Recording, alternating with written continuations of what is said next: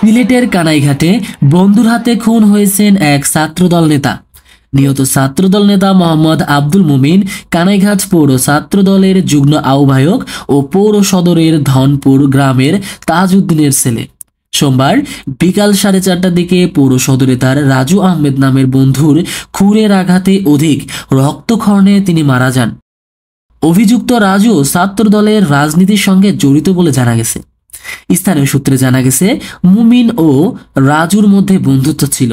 এর মধ্যে মুমিন একটি খাদ্যপণ্য কোম্পানির বিক্রয় প্রতিনিধি এবং রাজু স্থানীয় বাজারের মোবাইলের ফোন ব্যবসায়ী। কিছুদিন আগে তাদের মধ্যে দ্বন্দ্ব লাগে।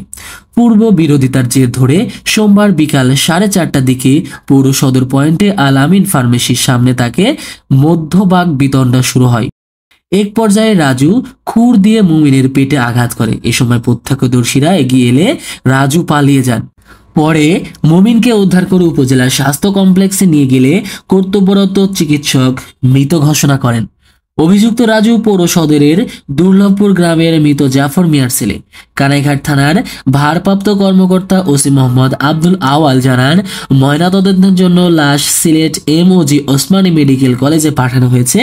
অভিযুক্ত যুবককে ধরতে পুলিশ একাধিক টিমে ভাগ করে অভিযান চালানো হচ্ছে। Masum Billah, GB television.